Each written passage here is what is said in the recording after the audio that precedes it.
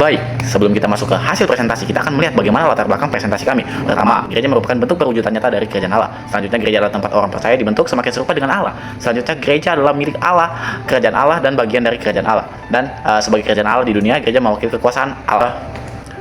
Tujuan presentasi kami pada kali ini adalah pertama, memahami gereja berdasarkan teori yang telah kami pelajari. Selanjutnya, memaparkan hasil wawancara yang telah kami wawancara bersama narasumber kami. Selanjutnya adalah analisis hasil wawancara dan memberikan solusi pada gereja.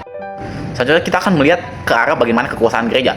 Herman Bavinck menjelaskan bahwa kekuasaan gereja adalah otoritas spiritual untuk melayani jemaat melalui pengajaran firman, menegakkan ketertiban rohani dan bagi mereka yang membutuhkan demi kemuliaan Allah. Jadi di sini perkembangan iman orang-orang percaya dilihat. Selanjutnya kita masuk pada hasil wawancara dan juga hasil analisis dari kelompok kami.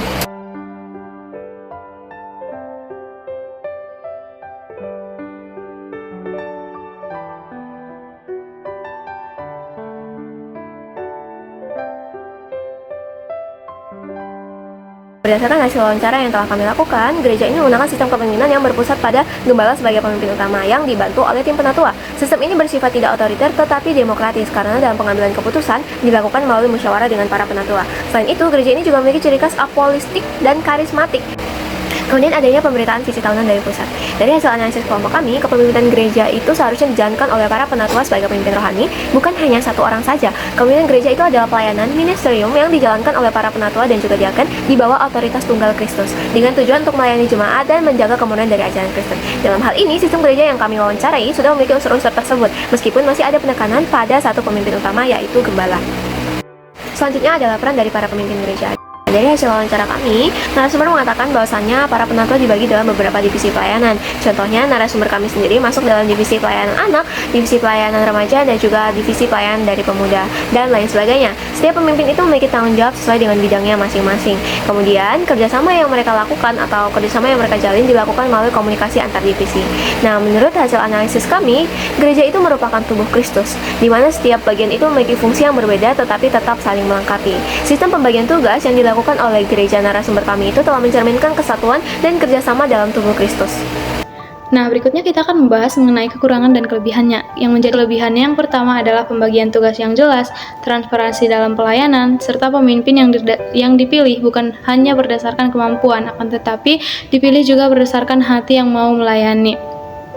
Jadi, seorang pemimpin itu memang benar orang-orang yang harus siap untuk melayani dan siap untuk merendahkan diri atau siap untuk menjalani segala tanggung jawabnya menurut dengan kebenaran firman Tuhan. Narasumber juga menjelaskan bahwa beliau menjadi seorang pemimpin gereja harus benar-benar hidup sesuai dengan kebenaran firman Tuhan karena beliau merupakan salah satu figur dari gereja itu di mana beliau dijadikan sebagai panutan atau contoh bagi jemaat-jemaat baik itu dari anak-anak, pemuda, dan jemaat-jemaat lainnya.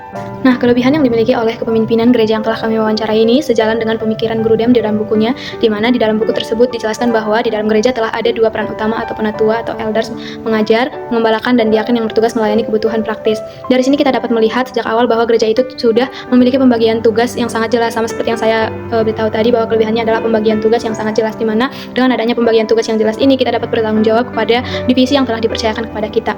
Jadi dapat disimpulkan bahwa Guru Dem melihat sistem kepemimpinan gereja yang Alkitabiah memiliki beberapa kelebihan yang selaras dan dengan gereja narasumber. Jadi selanjutnya kita akan memberikan solusi berupa usulan atau berupa masukan kepada gereja yang telah kami wawancarai. Nah, jadi berdasarkan hasil analisis yang telah kami lakukan, gereja itu dapat semakin berkembang dengan memperkuat kepemimpinan kolektif agar tidak berpusat kepada satu figur saja, melainkan melibatkan peran aktif seluruh penatua dalam pengambilan keputusan. Selain itu, komunikasi antar divisi perlu ditingkatkan melalui pertemuan rutin dan budaya komunikasi yang terbuka agar meminimalkan konflik serta menjaga kesatuan visi pelayanan. Pemimpin juga perlu terus diperlengkapi melalui pendalaman firman Tuhan dan pembinaan rohani secara konsisten sehingga kepemimpinan yang dijalankan tetap berakar kepada kebenaran Alkitab. Di samping itu, gereja dapat melakukan evaluasi pelayanan. Kenapa perlu evaluasi pelayanan? Karena evaluasi yang dilakukan secara berkala dapat melihat efektivitas program serta melakukan perbaikan yang perlu dilakukan. Terakhir, meskipun struktur gereja bersifat dinamis, tetap diperlukan kejelasan dasar struktur agar pelayanan tetap terarah namun tetap fleksibel dalam menjawab kebutuhan para jemaat. Sehingga melalui pembahasan mengenai gereja ataupun eklesiologi, saya dapat berefleksi bahwasanya gereja itu bukan hanya sebuah bangunan, melainkan tempat di mana setiap orang bersekutu bersama-sama. Dan gereja juga memiliki peranan yang sangat penting dalam pertumbuhan iman dari setiap jemaat. Saya juga menyadari bahwasanya selama ini saya hanya memandang gereja itu sebagai tempat ibadah, bukan tempat di mana setiap orang dapat bertumbuh dalam iman. Dan saya juga belum terlibat secara aktif. Sekalipun saya terlibat dalam pelayanan, saya menganggap bahwasanya pelayanan tersebut adalah bentuk tanggung jawab saya sebagai anggota dari jemaat gereja tersebut, bukan untuk kemuliaan Allah maupun untuk melayani sesama. Oleh karena itu, saya berkomitmen untuk dapat lebih aktif dalam kegiatan gereja dan mulai terlibat dalam pelayanan dan memaknai pelayanan tersebut sebagai bentuk saya memuliakan Allah dan melayani sesama, sehingga saya juga dapat bertumbuh dalam komunitas gereja. Yang menjadi refleksi pribadi saya adalah saya memahami bahwa pemimpin itu bukan sekedar pekerjaan, bukan sekedar kedudukan, atau bukan sekedar kuasa, tetapi pemimpin itu adalah tentang melayani dan hati yang ingin dibentuk dan kesediaan dijadikan sebagai panutan, di mana seorang pemimpin harus benar-benar hidup berdasarkan kebenaran firman Tuhan dan harus mampu berkomunikasi dengan baik, baik itu dengan pemimpin-pemimpin lainnya atau dengan para jemaat-jemaatnya. Yang saya sadari selama ini adalah saya kurang mampu berkomunikasi dengan baik dengan teman-teman sebaya saya, dengan keluarga, maupun dengan orang-orang terdekat saya. Jadi komitmen yang saya dapat mulai dengan langkah kecil yaitu di dalam kerja kelompok, di mana saya harus dapat berkomunikasi dengan lebih baik, yaitu dengan mampu memberikan pendapat, mampu memberikan masukan, serta dapat menerima masukan dan mendengarkan ide atau masukan dari teman-teman kelompok. Jemaat memiliki peran aktif dalam gereja yang menentukan kehidupan gereja gitu. Jemaat sering digambarkan sebagai tubuh Kristus, dan sebagai tubuh Kristus saya harusnya sadar bahwa saya memiliki kurang peran gitu dalam jemaat, dan saya seharusnya lebih aktif dalam gereja gitu sebagai jemaat. Nah, saya akan jadi saya berkomitmen akan mencoba memulai pelayanan seperti Aser, karena saya tidak berbakat di bidang musik atau bidang WL. Jadi saya hanya bisa mulai dari Aser dan kesadaran diri saya sendiri aja. Jadi peran saya dalam gereja kurang terlihat aktif gitu, karena saya datang hanya dengerin khotbah dan pulang. Jadi seharusnya saya mengambil peran gitu dalam gereja.